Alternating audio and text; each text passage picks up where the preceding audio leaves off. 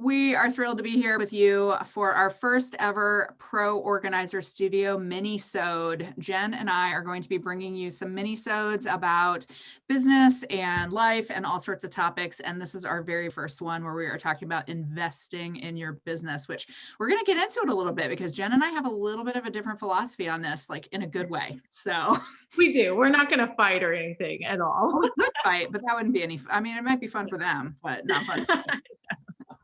I was just about to say to Jen before we started, I think that what we might discover in this conversation is the perfect business person might be like halfway in between Jen and me. I do think we're at opposite ends of the spectrum, but there's a lot of good places in between. Yes, but our topic today is when is it right to decide to invest in your business?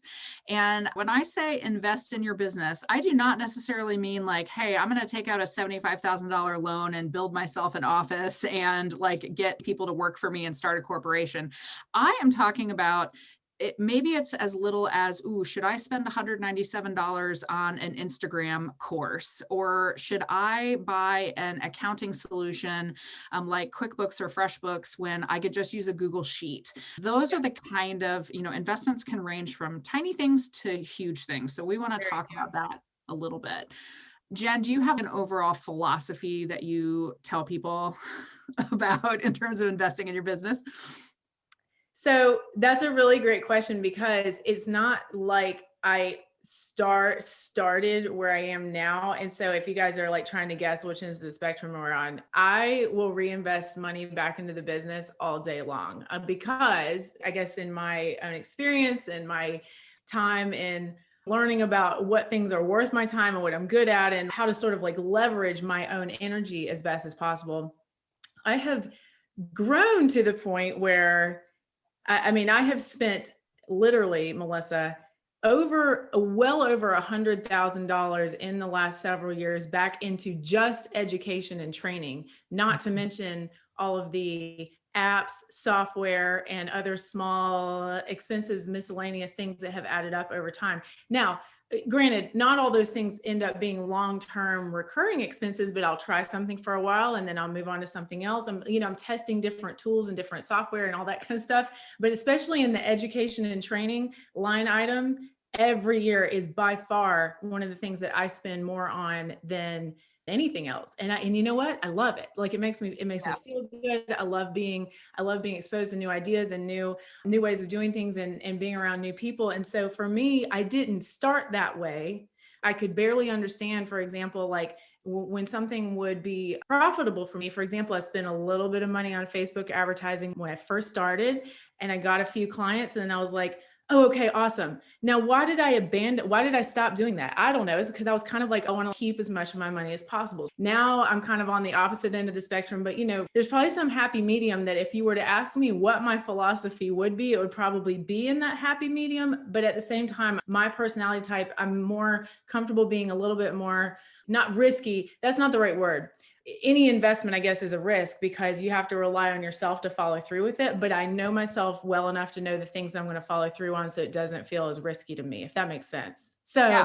I spend big, I learn a lot, I get a lot out of it. But you could spend medium, learn medium, get medium out of it. That's okay. I think it's a kind of a process of figuring out like what you can and will keep a promise to yourself about. That is a great point because it's easy to be able to say, okay, well, I'm going to go buy 12 different courses and then you don't end up doing any of the pieces of those courses. So you have just lit a match to your money versus saying, I'm going to invest in this one course that is about this particular thing that I don't know anything about. And I am going to learn the heck out of it and then, implement those changes in my business. And so absolutely, to your point, knowing yourself to know, yeah, I'm definitely going to do this course, or I'm just trying to make myself feel better by throwing some money at this problem.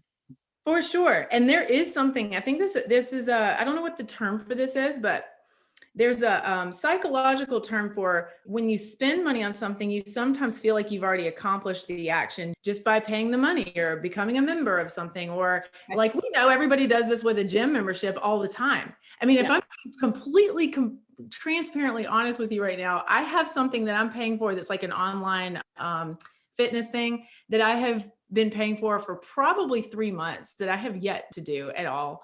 Yep. But the thing though is that represent, and I probably need to cancel it and I'll get around to it, but it represented a promise to myself that at that moment I was like, ooh, this is a good deal. I really want to do this. I really want to keep this like top of mind. And so I took the action of paying for it, but that did not actually solve the problem. You're right. There has to be a follow through, or else, like you just said, you're kind of like lighting your money on fire, right? But on the flip side, and I'll talk a little bit about my philosophy on spending money and investing, but I do also think that there is something very real about if I have spent money on something, I need to, like, I am going to do it. Like, I am currently paying a nutritionist every month, and I am following everything that she tells me to do because I'm paying for her. If she gave all of that same advice for free on her Instagram, I'd be like, I don't know. But No, because you're I'm paying her, exactly right about that one. Right. I'm like, oh, I need to remember what Amanda says about what I'm supposed to be eating today because I'm paying her to tell me what to do. and that's Yeah. important too. No, it's definitely, I think you're right. I think there's a good balance of somebody who will hold you accountable. Like that's why people pay professional organizers, Right. not because they can't do it by themselves. But see, this is a big thing to me is I'm like, if you're going to be selling a service where people are investing in themselves, I think it is pretty important that you have had the experience of investing in yourself, because otherwise I think will always have this tension of, I want them to spend really big on themselves, but I would never do something like that. And I think that puts you at odds with them where you can't really relate. And then you're not really building the bridge of, you really can get further with somebody than by yourself. If you really value that investment and follow through on it. Absolutely. I will tell you that my philosophy, because I had never been an entrepreneur before, right? And so when I started my business, I was like, oh my gosh, I'm trying to replace corporate income. I had a very, very nice job. And so I felt a little bit of pressure of like, I need to keep all of those dollars for me. The concept that we talk about in one of our workshops about minimum viable product in terms of what is the bare minimum you can do to get a business up and running. So I definitely believe in that, but I also know that I sub-optimized a lot of things, especially in my first like year and a half of business, because I said, oh, I'll just do this. I'll do it this easy, free way, versus in some cases where I'm like, wait, you're telling me I could have spent $15 this month and made my accounting easier or like whatever. Yeah. And so it took me, I sometimes say I'm a really good business coach because I tell people all the mistakes I made so they don't have to make them because I definitely made them. And I realized that I needed to do some of that investing because it was going to save me money in many other aspects of my business, or more importantly, it was going to make me a lot of money. And that's the piece that I was missing when I first started. Yeah. So what's your philosophy now? What would you tell people if they asked? My philosophy now is that investing in your business is always going to pay an ROI as long as you are careful about what you invest in. And like you said, make that commitment that I'm going to use that education. Yeah. So even for me, if I'm only spending, let's say it's $97 on a course, even though that's not a huge, multi-$1,000 investment, I still need to tell myself, you've spent your business's money on this, therefore you need to go implement these things. But I would also tell myself, if I had to go back to the beginning, I would say, even if it's a 4-figure investment, that is an investment that's going to pay dividends for me. And it's a mindset issue now with me, more of like, well, I can take my business to here versus having it stay here. So I view it as a growth thing rather than an expense. So I don't view it as an expense. I view it as a reinvestment. Yeah. No, and that makes total sense. And so what I will say is I'm not totally crazy. I do have this limit of, there's always a shiny new object. There's always another new course. I have, like I said, I have reinvested a lot into training and education. I try to make sure that those things are not just another version of another thing that I already paid for and didn't do. Yeah. But there are sometimes some things that I know that I need, and I'm not quite ready for it yet. And I let it marinate a while and then I go back to it. So I don't feel like I have absolutely zero regrets about that. But I also think that there's a never ending amount of things that you could spend money on in order to level up, level up, level up. And so I do shy away from certain types of business coaches or certain business training programs where as soon as you buy the first thing, then there's another thing, and then there's another thing, and then there's another thing. And they're like, well, if you want to continue learning with us, you need to take all that money you made and reinvest it. And it's like, yeah, at the end of the day, there's got to be not just some, more than enough left for you. And that really comes down to a rule that you have with yourself about what you always keep as profit, which I will say, you know, I am more, it's almost like I want to spend my fun money on more business stuff. Like that for me is just a personal lifestyle choice. But knowing like where that limit is, I think is super important. There plenty of times on this podcast, I've brought up the book called Profit First by Mike Michalowicz. Even if you don't follow his system precisely, I think it's super important to know what your number is that you have to take home from your business, and that you're not like pushing all your chips in on the table, like, okay, I'm going to go all in and then hope that it all works out. You got to pay yourself enough to know that you have some stability in order to have fun. Like you just mentioned the growth thing. The growth thing is supposed to be fun. That's how I feel. I feel like business is not going to be sustainable if it's not fun. If it doesn't feel fun to grow because you're putting the money you need into some new opportunity, that does not feel good. It would never have felt good to me, and I would never ever push somebody to go like way beyond what their comfort zone is. I will say that probably does kind of define like my limit on my philosophy is it's not like a never ending upward spiral. You got to go at the pace that's right for you. Right. Yeah. It's not a 100% reinvestment in your business. You have to invest in yourself too. I think too, making those right choices and making sure that it fits with your risk profile and your budget. So being really realistic, like this year, I did invest in a business coach that was more money than I have ever spent on a business coach before. But I had a very specific goal that I wanted to attain. I knew this person could help me attain it. But it's also important when you're investing in something, like not only do you have those hurdles, but also knowing that like it's not a magical, no solution, no business coach, no program is ever going to be a magic, like you just wave a wand and business success will come at you. Like you are still going to pay for a coach or a course or whatever, but you are also going to have to put in the hard work. It's like the personal trainer. The personal trainer is not going to do the sit-ups for you. I mean, that would be amazing if that's how it worked. And I would pay for that like a lot.